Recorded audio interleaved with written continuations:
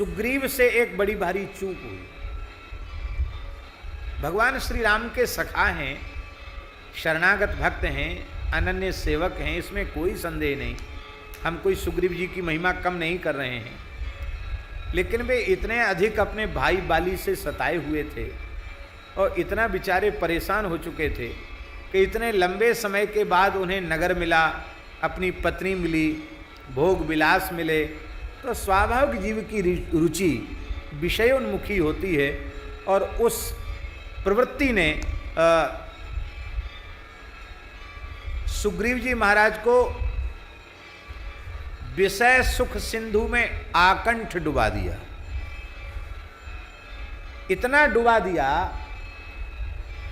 कि रघुनाथ जी को कहना पड़ा लक्ष्मण जी से, सुग्रीवहु सुधि मोरी बिसारी, पावा राजकोष पुर नारी। इतना सुनते ही तो लक्ष्मण जी का तो अपना आनंद है ही नहीं, राम जी का तनिक रुष्ट होना, लक्ष्मण जी तो और ज्यादा रुष्ट हो गए। बोले प्रभो आप अब आगे कुछ मत बोलिए।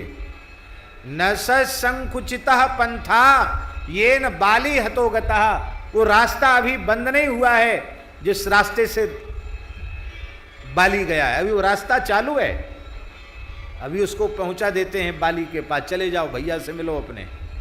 राम जी के विरोधी का क्या हाल होता है, नहीं नहीं ऐसा नहीं करना, भय दिखाए ले आवहु सखा मोर सुग्रीव, मेरा सखा है उसको डरा देना, ऐसा डराना मत कि भाग जाए, कथनचित भागने लग जाए तो पकड़ के ले आना। तुमको डराने धमकाने भगाने के लिए नहीं भेज रहे हैं, मारने के लिए भी नहीं भेज रहे हैं, पकड़ के लाने के लिए तुमको भेज रहे हैं। राम जी के ये कहते लक्ष्मण जी का क्रोध तत्काल ठंडा हो गया, 1000 घड़ा पानी पड़ गया उनके क्रोधाग्नि पर। बोले जब आपने मेरा कह दिया तो फिर आप उसका बिगाड़ कौन सकता है। अब हम आपसे एक बात पूछते हैं कि लक्ष्मण जी किष्किंधा गए और फिर लक्ष्मण जी के साथ ही सुग्रीव जी महाराज राम जी के चरणों में आए, और राम जी के चरणों में आने के बाद यदि वे ये कार्य आरंभ करते कि हाँ ठीक है अब हम बंदरों को सूचना भेजते हैं, वो सब बंदर आएंगे, फिर सबको इकट्ठा करेंगे, फिर पूरी धरती का नक्शा बताएंगे, फिर कहेंगे तुम पूरब जाओ, तुम पश्चिम जाओ, तुम उत्तर जाओ, तुम दक्षिण जाओ, तो बोलो क्या यह उचित होता?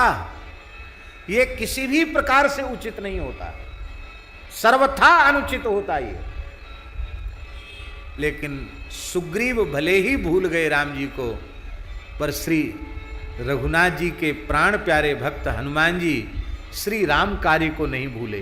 क्योंकि हमने पहले कल या परसों की बात है, हमने ये कहा था हनुमान जी गुरु की भूमिका में है।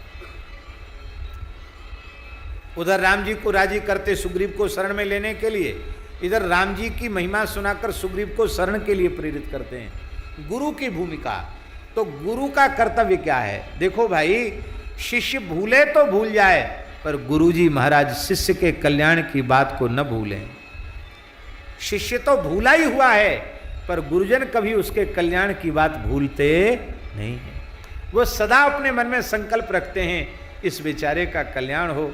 न जाने कितने जन्मों से भटक रहा है, अब तो श्री चरण कमल की प्राप्ति इसको होवे, ये भाव उनके मन में रहता है, और यही भाव श्री हनुमान जी के मन में है। तो महाराज जी सुग्रीव भले ही विषय सुख सिंधु में आकंठ निमग्न रहे हों, पर हनुमान जी महाराज एक क्षण प्रमाद में नहीं रहे। हनुमान जी ने उन 4 महीनों में ऋक्ष बानरों की सारी धरती पर जितनी सेना थी सबको संदेश भेज दिया और सबको इकट्ठा कर दिया, और सुग्रीव जी की नाक कटने से बचा ली। खाली हाथ जाते तो नाक ही कटती कि ना कटती। अब जब गए तो लक्ष्मण जी को लगा कि नहीं गलती हमारी है, अरे तो इतनी सब तैयारी में लगे थे, तो इतनी तैयारी में समय तो चाहिए था, 4 महीना में इतनी बड़ी तैयारी कर ली। कितनी तैयारी, कितने बंदर थे? बानर कटक उमा में देखा, सो मूरख जो करन चह लेखा। पार्वती हमने बंदरों की जो सेना देखी वो महामूर्खाधिराज है जो उनकी गिनती करना चाहता। इतने बंदर, ये रीछ बानरों का समूह कौन इकट्ठा करके लाया? यही बात विनय पत्रिका के इस पद के 6ठे चरण में गोस्वामी जी कह रहे हैं। ऋक्ष कपि कटक संघट विधाई, रीछ बानर इनकी सेना का जो संघट है उसको एकत्रित करने वाले हनुमान जी। और कैसे हनुमान जी? बोले बद्ध बारिधि सेतु अमर मंगल हेतु। देखो समुद्र तो बना, समुद्र पर सेतु निर्माण तो हुआ। कितना बड़ा सेतु बना? 120 किलोमीटर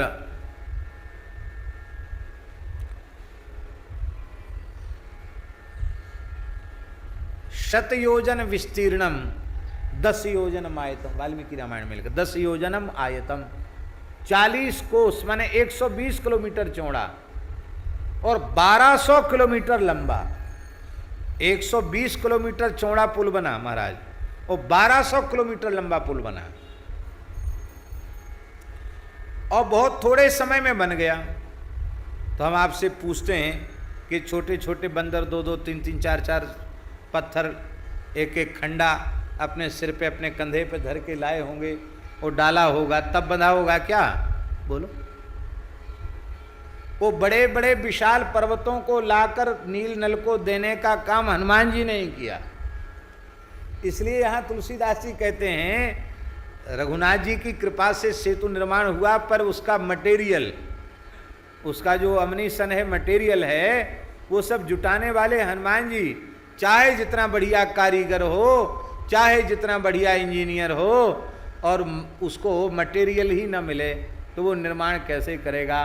तो समुद्र सेतु निर्माण का जो श्रेय है वो श्री हनुमान जी को है। और हम एक प्रसंगवश बात कहें, ये प्रमाणित है। हनुमान जी महाराज गिरिराज जी को लेके चले थे, कोई लालच दे के चले थे। द्रोणगिरी के पुत्र हैं गिरिराज जी, इनको लालच दे के चले थे कि श्री रघुनाथ जी का प्रत्यक्ष दर्शन कराएंगे, उनके चरणों का स्पर्श करवाएंगे। बोले तब तो ठीक है, तब तो हम चलने के लिए तैयार हैं, तब तो पुल में हम आ जाएंगे काम। और जब गिरिराज जी को लेके ब्रजभूमि तक पहुँचे तब तक रघुनाथ जी का आदेश सब बंदरों को सुनाई पड़ा कि अब आवश्यकता पर्वतों की नहीं है, जो जहाँ है वहीं पर्वतों को रख दे और तत्काल मेरे पास चला आवे। गिरिराज जी ने कहा तुमने बड़ा धोखा दिया हमको, राम जी के दर्शन का लालच दे के ले आए और अब कहते कि अब जरूरत नहीं, अब यहीं रह जाओ। ना हम वहाँ के रहे ना वहाँ के रहे, कहीं के नहीं रहे हम तो। तुमने हमारे साथ बड़ा धोखा किया और तुम वचन दे के लाए हो। हनुमान जी बोले तो ठीक है, हम राम जी से पूछ लेते हैं। तो क्या पूछने गए होंगे? अरे राम जी तो हृदय में बैठे हैं। तत्काल हनुमान जी ने नेत्र बंद किए, सरकार अब क्या करें बताओ। राम जी बोले गिरिराज जी से पूछ लो कि अभी तो थोड़ी देर पुल में ही काम आओगे, एक बार दर्शन स्पर्श होगा। हम द्वापर में दाऊ दादा के संग आ रहे हैं, खूब गैया चराएंगे, आपकी शिलाओं पर बैठेंगे, बैठेंगे नहीं दूध दही की धार भी चढ़ाएंगे, परिक्रमा करेंगे, गिरिराज जी की दंडोती भी करेंगे।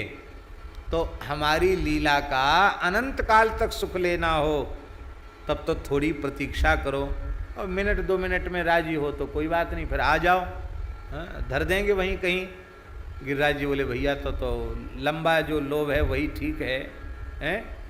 और हनुमान जी से कहा कि आपको लेकिन यहाँ बैठना पड़ेगा हमको धैर्य बंधाने के लिए। तो हनुमान जी एक रूप से विराज गए, वो स्वरूप है पूंछरी के लौटा। पद्मासन से हनुमान जी बैठे हुए हैं, बैठ गए। और आज भी गिरिराज जी, तो हनुमान जी ने पर्वतों को इकट्ठा किया, ये गिरिराज जी के चरित्र से भी ये बात प्रमाणित होती है।